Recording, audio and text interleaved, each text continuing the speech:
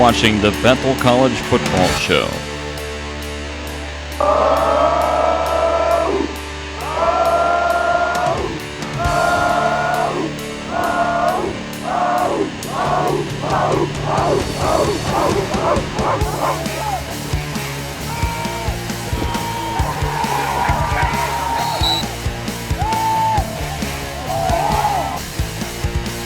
Shire in at QB, throws the outline. It's jumped by Trey Palmer. He's going to take it for a pick six. Touchdown, Bethel.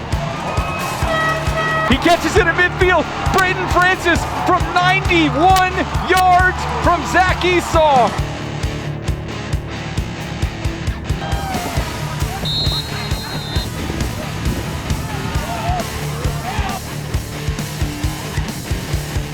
Now here's your host, Dan Page, with football coach Terry Harrison. Hello and welcome to the Thresher Football Show. I'm Dan Page alongside head coach Terry Harrison. The Threshers are 8-1 on the season and ranked at number 11. Is that right? Yes, Yeah, saying 11. It's always kind of confusing because our basketball team here is number 8 now, and thinking about where you guys are at as well. But obviously pushing for a playoff spot at this point in the season with just one conference game left on the schedule and 2 games left guaranteed. So we'll see how the rest of the season unveils for the Threshers as they get set to play St. Mary this week. And it should be a good contest up in Leavenworth. Haven't seen them in a couple years, but we'll talk about that later on in the show. First, we want to revisit the Threshers' latest victory. I believe it's 49-21, Coach, if my memory serves me correctly, as you guys took on the Tabor Blue Jays in the Meadow Bowl for the final regular season home game. And you guys got off to a great start and never looked back. Yeah, no, always good to beat Tabor, especially at home. And what's called the Minnow Bowl, and I know it means so much to just so many people that are connected to Bethel College and specifically our program. So, man, what a great win, and there were just so many individual performances that we're so proud of, and it felt like, and even the game, maybe it wasn't as close as the score even sounded. If that's him, that probably might be an overstatement. But man, our guys played so well. We were able to get a lot of guys in, and get some guys experience in that Minnow Bowl. And I felt like, just overall great win, beautiful day, crowd, packed. It was senior day, and we got to honor those guys who've been 4-year guys for us. And so, it's one of those deals that.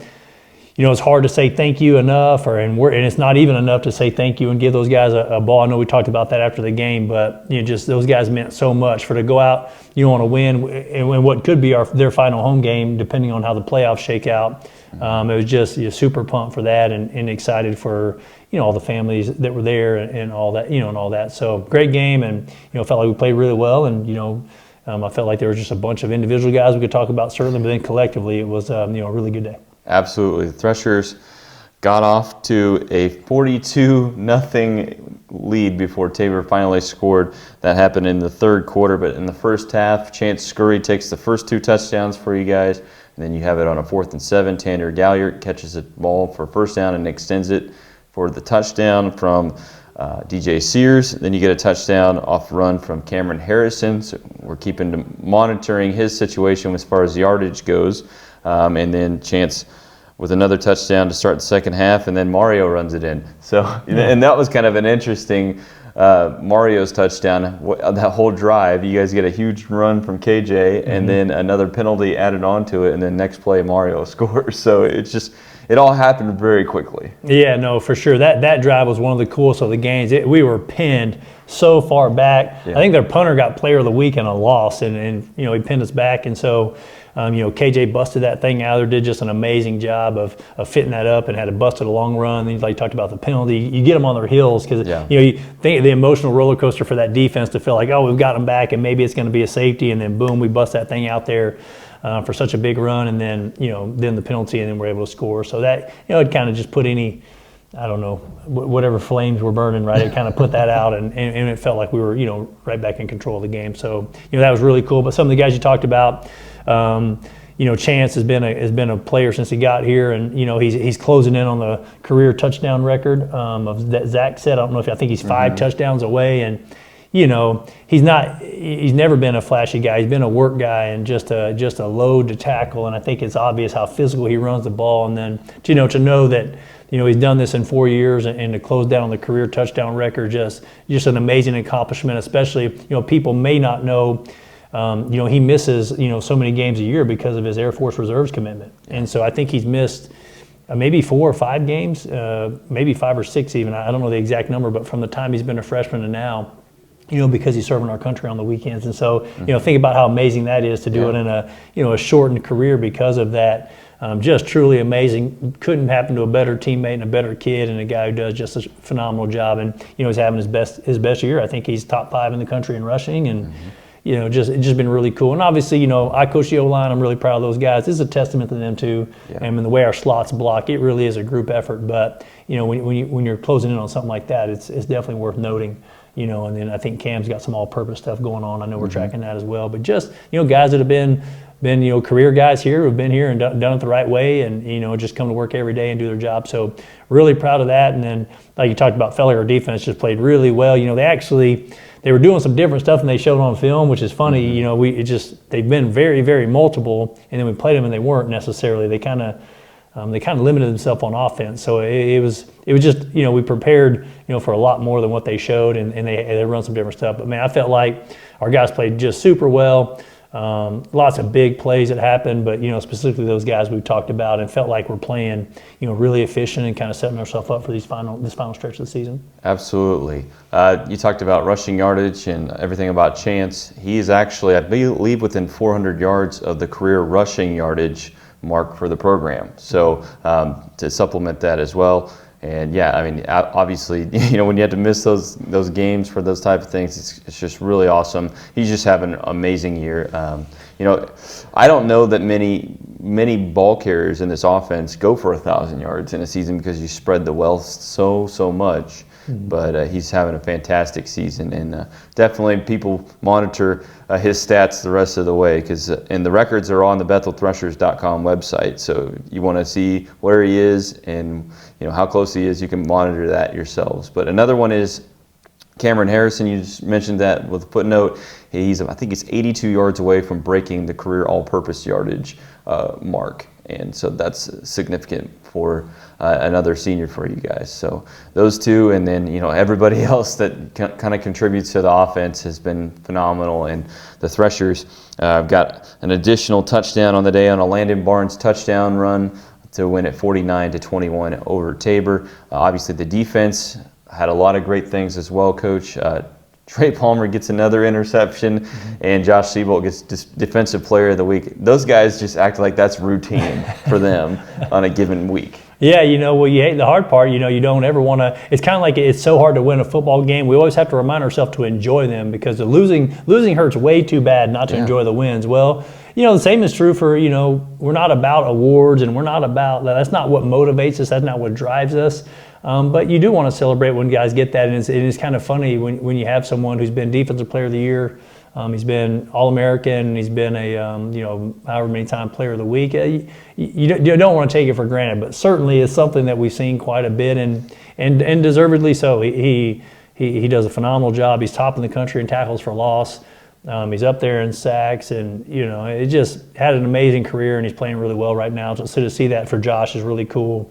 And then Trey's putting together a historic season, and it's just especially at that position, it's one thing, for instance, what Josh is doing at linebacker. He's the middle linebacker. He gets to play both sides of the field because he's in the middle of the defense, and he gets to run stuff down, and so proud of him, and it's amazing what he's doing. But then think of what Trey's done. The field gets cut in half because he's on one side of the field. He's guarding one defender, and when you get I don't know how you would even term it or if it's a stat, but the limited opportunities he gets for the amount of balls that gets thrown his way, it's pretty small. And so the amount of times he's getting interceptions and pass breakup it's unbelievable, and like nothing I've seen. And so, I think we said it early on. I think he's the best corner in the country, and we're so thankful that he's on our team. And and more than that, both those guys, more than the players they are, phenomenal teammates off the field. And we have plenty that we could say that about, but those guys are the ones that have, had a couple of wars or have some big seasons right now. But certainly proud of those, and they do take as much as those guys are proud of accomplishments and we all are, and their families are. We all are so proud of those guys. More than that, they're even better teammates, and that's what I'm most proud of. Absolutely. Just to point those stats, Trey Palmer now up to 7 interceptions, tied for the nation leading with one other player in NAIA level football, but an incredible feat for him, and he's just a junior. And obviously, he's the whole package. You know, you get the return ability for him and the defensive back position as well. And then Josh Siebel ends up with 14 tackles on the week and 4 tackles for loss, 3.5 sacks. Just an incredible feat. His 3rd time this year that he's been conference defensive player of the week. And so, you know, running out of opportunities to get some more, as you know, the last 2 weeks of the regular season are ahead of the Threshers. But a good win overall against Tabor College, 49-21. That's 2 in a row now for Bethel, keeping track of how many there are in the series after Tabor won it for so many years. But got to be happy with that effort, especially at home, and just, you know, taking every game like it's an opportunity at this rate, because nothing's really guaranteed. I mean, we were just talking before we got on the show here. I mean, we're already, you know, at week 10 basically, and you know, it's amazing to see a lot of things. I know, Coach, you have seen things from the beginning to now, a lot of developments. No, as far as our season goes, you know, it's been interesting to watch and see where we kind of play this thing out, and then knowing, you know, as this playoff thing unfolds, how our guys have handled that's been so cool, because we actually, this is not coach talk, we have had our best week of practice. We're getting better every day, and then, you know, to kind of look around the country where we're at as far as potential playoffs, man, to know that our kids are managing that, with that being a goal, not our motivation, but certainly a goal, and then to see how we're playing right now, and truly our kids are setting that aside and just trying to get better every day at practice has been, you know, it's just a testament to the kids we have, to our coaches, and to the families that have, you know, that raise these young men up into who they are today, and to see those guys be able to balance those things and go to work and just truly do the hard hat mentality of, you know, doing what it takes every day has been, you know, so cool. And, you know, and being very genuine, it looks like based on tiebreaker, it is based on our conference rules.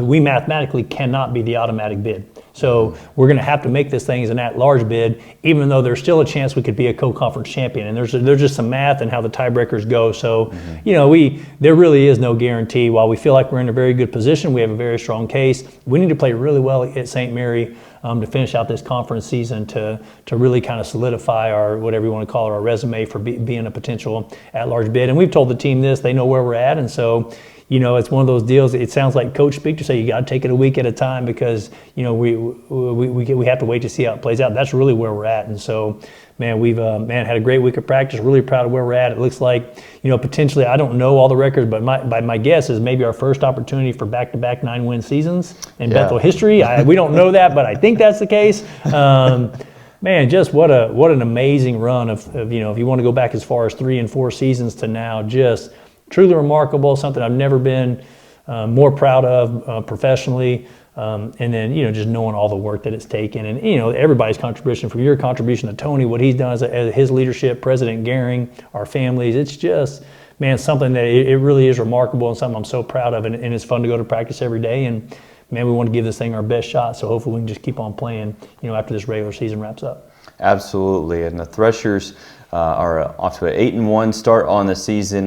You know, there were so many questions coming into this season, and they have performed very well and had some players step up, of course, across the season and in moments where you needed them the most. As we go by the numbers here, DJ Sears passing the football 341 yards, 7 touchdown passes, and, you know, he came in for Landon. And then when DJ was out, Josh Moran steps in to that role and does a great job as well. Cameron Harrison has a touchdown pass this year that was at Southwestern. But, you know, thinking about all these different guys, if you look at the team rushing yardage, almost 4,000 yards for the season. You got to be really proud with that margin. I always talk about it. You have 39 rushing touchdowns, but I think it's like almost 15 guys that have scored a touchdown on offense. Not counting the ones that have the 3 on defense. Yeah. You know, it's really remarkable. I mean, again, we talk about it week in and week out. It's just a testament to the balance and the amount of reps that these guys get.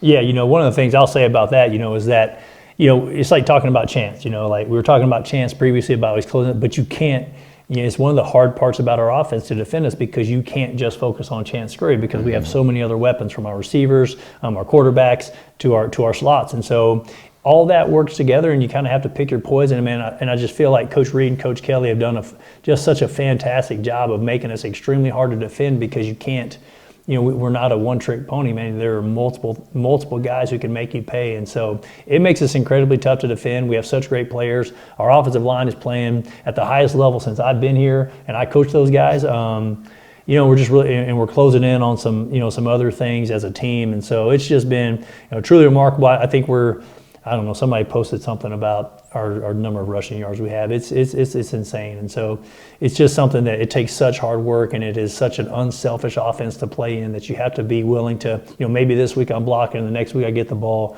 And our guys truly embrace that. It truly is a team effort. And, on the offensive side specifically, that's been just so fun to watch. And, not knowing, or there are a lot of the questions, when you lose a player of the year at quarterback, how are you going to respond to that? And then to see three guys come in and do such a great job. All three of those guys have done just a fantastic job. And so, really fun and really cool. And man, like I told you, we just had a great week of practice, and I'm excited to, get back to it, because it's energizing when you have those opportunities and people take advantage of it. And you can kind of feel that on our team every day at practice. There's energy, and we're striving to get better.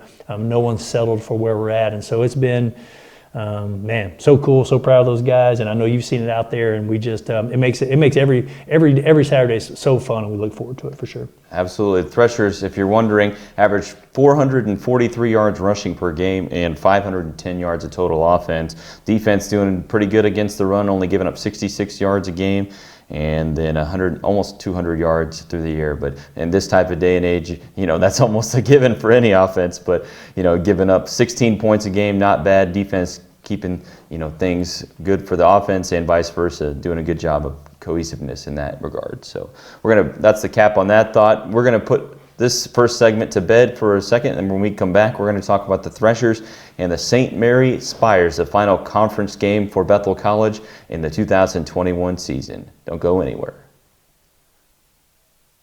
Thresher fans, get ready for the 2021-2022 school year by becoming a member of the Bethel Booster Club. Your membership impacts all athletic programs by paying for experiences last year, such as the Threshbees Award Show, postseason experiences and postseason tickets, the Hall of Fame banquet, enhanced live streaming equipment, windscreens at Thresher Stadium, improvements at Weedle Field and Ward Tennis Center, and new wall mats inside Thresher Gym. Be a part of Thresher Athletics history in a booster club that has grown 500% in the past 5 years, over 4 levels of membership plus a parent level. Join the Bethel College Booster Club today to help student athletes live out life-changing experiences. For more information, go to bethelks.edu/booster-club today. Welcome back to the Thresher Football Show. Dan Page alongside Coach Terry Harrison here for the Threshers. I believe it's 10th football game of the year. Wow, already. 8-1, chance to make it 9-1 this week at St. Mary up in Leavenworth. That'll be a 1 o'clock kick. You can watch that on the KCAC network. I'll be filming from the sidelines. Get that extra bonus footage for you on social media, as well as the Threshers playing the Spires for the first time in 2 years. Didn't play last year because of COVID-19 and things like that, but that's just one of the games. There is an 11 o'clock kick as Kansas Wesleyan, number 6 in the country, taking on Arkansas Baptist College. Sterling hosts Ottawa at 1 p.m. Avila at home against McPherson. Southwestern, number 13 now in the country, jumping up a little bit.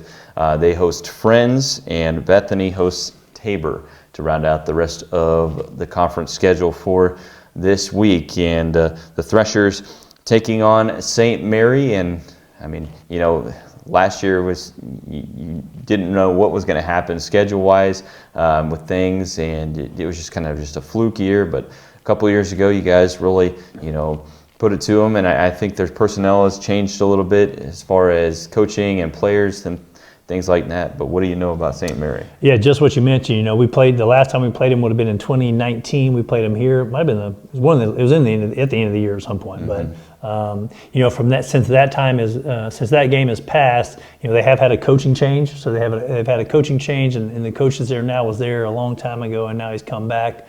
We haven't played since. COVID for them was a lot. It just hit their campus a little harder than some others. I think they only ended up playing 2 or 3 games, and opted out of the spring, I believe. And so, you know, what they did do during that time was recruiting. I think they have, man, we're looking at their roster. I think they have over 30 transfers they're playing. So, I mean, there's very few kids that you know, stuck it out that we would have played against. So, you know, credit to them. They did a good job, and that's the philosophy that their coaching staff went with is transfers. And so they have some really good players. We watched a ton of film on them. They kind of remind me of even us a little bit in 2018 where we were getting better every game. And so their record's a little deceptive. You know, I think they've only won 2 or not. I don't remember, but you know, they don't have a winning record for sure. But they have gotten better every week. And so, you know, it definitely, that's what caught our eye was when we watched them. It's like, man, these guys have gotten better every week. They're fixing their flaws, and they're doing a really good job. And so for us, you know, it would be easy to not give this thing your best shot and not have a great week. And that was a challenge to our kids on Sunday when we had briefly looked at their film. They have really good receivers, you know, just you know, as a kind of brief overview, really 3 talented receivers. And I feel like on defense, their defensive line is the strength of their team, to me. And so, you know, that's going to be the game. Can we manage those 3 receivers? And then offensively, can we manage their defensive line with their offensive line? And that's going to be the test and the challenge. And then the rest is play our style of football and all those things that we always do. But that's kind of what you can look for as far as watching them play. Very athletic quarterback. They don't do a ton of shots downfield, a lot of short passing game with the bubbles and the flats and all that stuff. So, you know, that's going to be a deal. We've got to tackle out in space really well. And, you know, if we can do that, you'll limit those receivers, but you miss a tackle out there and they can kind of eat up some yards. And so we worked really hard at tackling in space as a team this week, and I think that's going to be really important. And then offensively, we worked on our pad level and trying to fix some of our flaws in the offensive line for what seems to be, you know, one of the better defensive lines we've played against. So it looks like their coach is doing a fantastic job. It's going to be the first time I've coached against them. I'm only known him through meetings, but man, good dude, and it seems like they're doing great things. And so a pretty neat place to play on campus. They have a beautiful stadium, and you know, what looks like should be great weather and a great time of year, a little bit cool, you know. And so we're man, excited to go. And like I mentioned previously, we really have had our best week of practice up to this point. And so the kids have embraced this idea that, hey, these guys have gotten better every week, and we're going to have to go out there and play really well. And so I'm excited to see that. They come in having lost 2 games in a row. They're 2-6 on the season, the St. Mary's Spires, as their wins were over Bethany 38-6, and then earlier this year 55-7 over Friends University. You talked a little bit about their passing game. Jaleel Grimes has been their stat leader as far as passing, over 1,000 yards, passing the football, 10 touchdowns through the air, but also 13 interceptions. And I'm sure your defense liked hearing that. You know, coaches and players alike, and get some pressure on the quarterback. That's always interesting. They have just 8 touchdowns on the ground through the year, 11 through the air. And, you know, you have a few guys that are really good in receiving, Michael Jones, Jordan Hill, amongst those guys. So, you know, looking at things, you know, they've had a lot of different guys even catch a pass this year. And so it kind of proves that what they're really trying to work on. Oh, yeah, no, for sure. They definitely want to get the ball out to those receivers for sure. And one of those young men, I can't remember his number, I know, but he has 7 touchdowns, I believe. And so, you know, that's the one that's really scary, because a lot of them have made catches and made plays, but, you know, he's converted things into touchdowns. And so he's the one that really is going to get probably our most attention, and definitely want to know where he's at all times. I mean, you know, as a receiver, what can you really do? You just need to be aware of where he's at. And so, you know, if we can do that, and like we talked about tackling in space, we, you know, feel really good about our defense. I'll take those guys against anybody in the country at this point. But this certainly does present some challenges. And like you mentioned, you know, quarterback does a good job. He, you know, has had some pressure at times, and so if we can pressure him and hopefully create some turnovers, whether that's creating some forced fumbles through some sack fumbles, or, you know, potentially some interceptions. Obviously, we all know and we've seen how game-changing that can be, and so definitely a point of emphasis for our defense this week. Absolutely. You're talking about Jordan Hill there, 7 touchdown catches, almost 400 yards receiving for the St. Mary offense, as the Spires come in 2-6 and will play the Threshers at 1 o'clock on the KCAC network if you can't make it up to Leavenworth. Now, flipping over to their defense, Coach, you talked about, you know, defensive line was their strength. They also have a lot of interceptions when you think about that. You know, as a team, I think they're up there with the top 5 in the country in interceptions. So one thing probably relates to the other in that situation. But is it because they're more physical, or their size on the defensive line? What is it about them that kind of correlates that together? Yeah, no, I think some of it is their length. They just have some longer people, right? So when you're an offensive lineman, you have these guys with that length, it makes it a little tougher to kind of get into them and kind of fit them up as you're blocking them. And so, I think that's probably what makes them the best. And I do think they're very athletic. So, when you're an offensive line and blocking defensive line, you give that guy some length and he's got some quickness, it can make some challenges. And so we're gonna, we got some plans to that to try to help our guys out there as far as that goes. And like you mentioned, they have created a ton of turnovers. And so, for us, I think we pose a little bit of a different challenge, because you can't rely on all the interceptions. And then, when we run the ball as well as we are, what are you going to do? You're going to drop back and try to pick footballs, or you're going to get in there and help the run game. And obviously that's when we take advantage of some opportunities in the passing game. So, it will be unique, and we have not coached against this staff. So what their plan is on defense will be, who knows, and it'll be fun to figure out, and it's going to be our, that'll be our challenge on Saturday, is to put that puzzle together. And luckily we've been able to, with our players and our coaches with so much experience, been able to kind of do a good job of that. So, but that defensively, just the length and athleticism is what makes it tough. So absolutely, the leading player on the defensive line is a junior. His name is Zach Scott. He has 5.5 sacks on the year to go along with 32 tackles.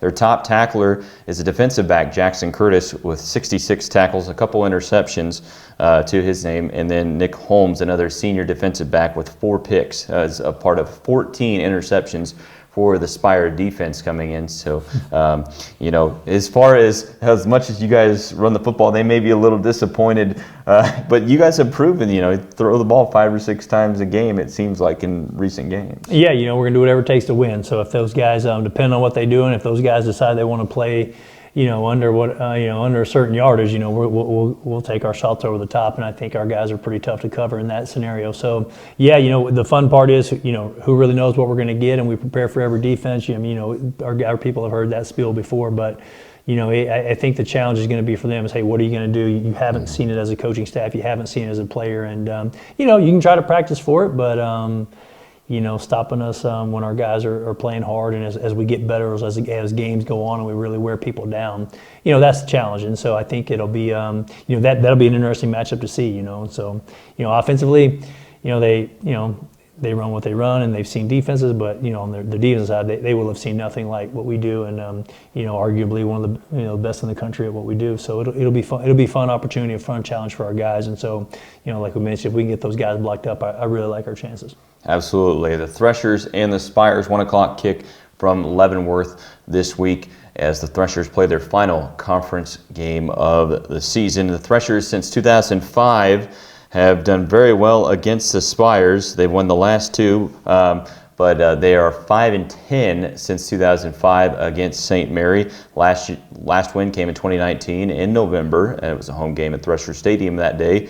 At 48-3 was the score, and then you guys won it the year before in your first year, 39-35, and a little bit of a battle up there. So you hopefully taking care of business this time up to Leavenworth, and should be an interesting trip. I mean, you guys, when you go to Ottawa or Avila or St. Mary, it's kind of those longer trips getting ready, and then not to mention it's a 1 o'clock kick, so you're leaving early Saturday morning. But it's in preparation for potential trips, down the road. You go into Canyon, Texas, and then who knows where after that. So it should be an interesting Road Warriors feel to it the rest of the way. Yeah, that's right. That's kind of, when we initially decided that, hey, we are going to play non-conference games every year, one of the things when we said that, that was in 2018, we got here, said, hey, we are playing non-conference games. Some of that came from this idea of so you want to be a playoff football team.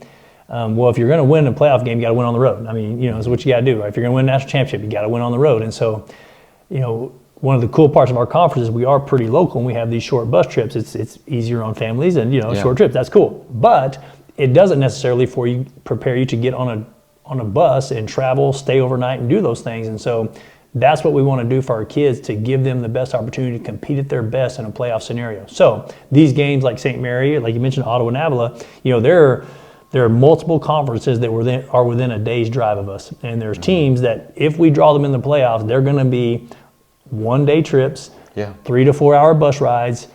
Man, how do you handle that? And these sort of games, win or lose, prepare you for that, and you learn lessons from it every time. And since we've gotten here, our kids have embraced that and done a good job. So that gives us opportunity, and not to mention the Texas colleges trips when we played Mid America here at home, and then going down to Canyon, Texas to play West Texas. That's not everything we do is intentional. We don't do anything on a whim. We don't do anything just because.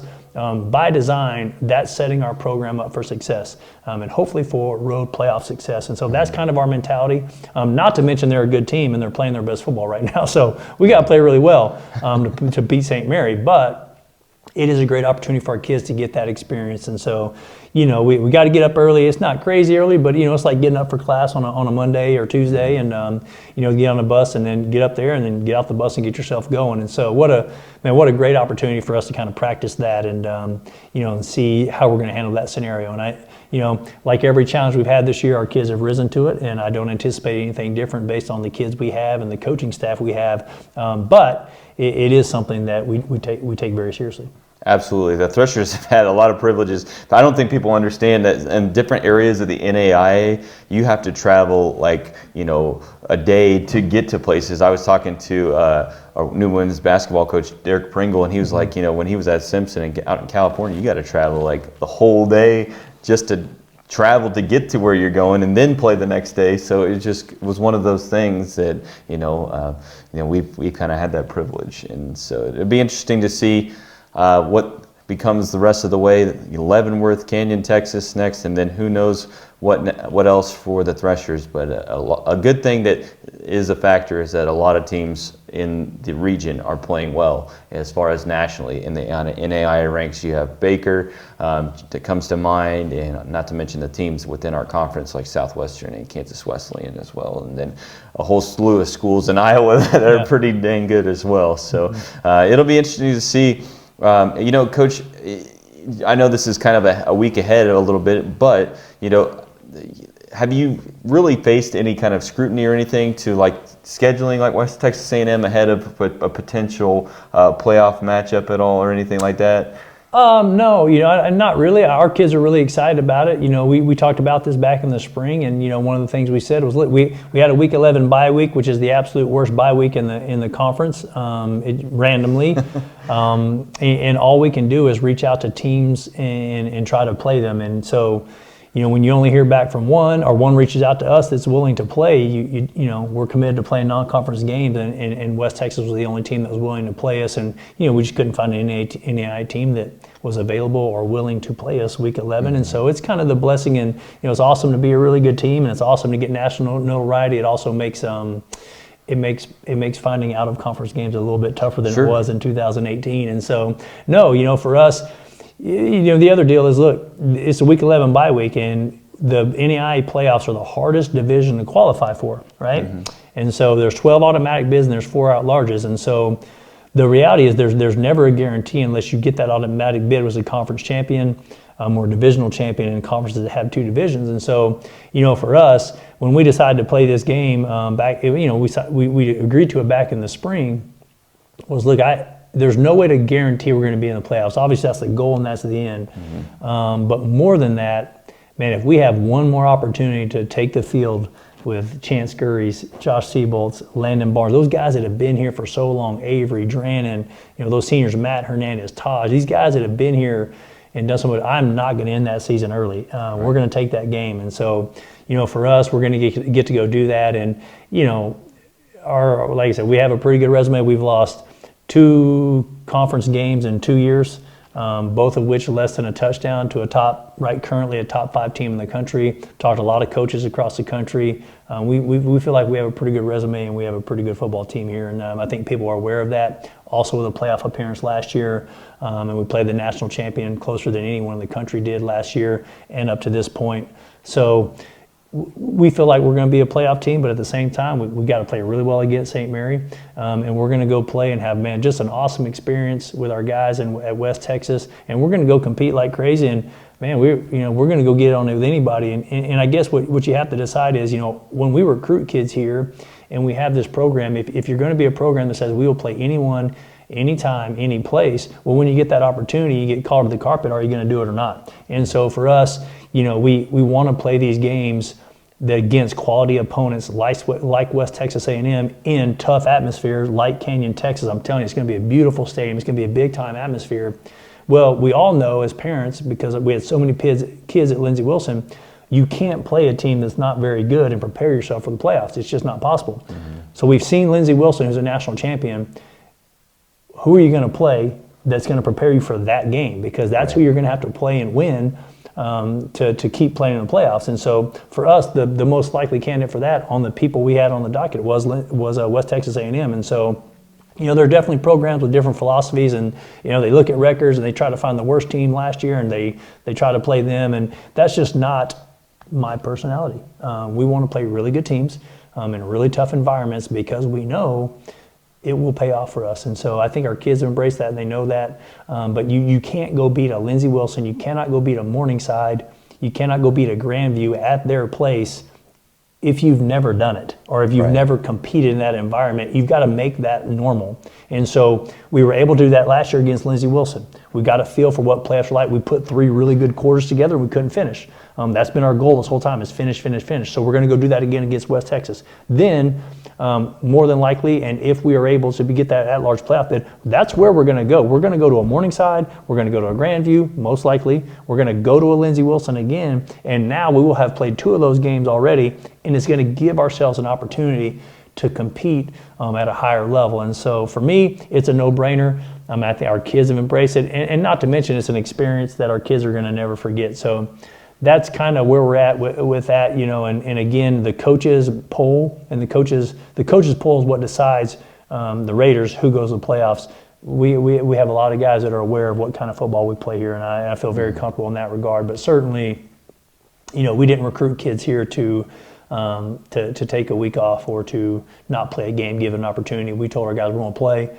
And, you can't say you'll play anybody in the parking lot and then when you get an opportunity not do it. And so our guys have embraced that. We love that. So proud of that. It's going to be a great experience. Can't wait to have everybody there.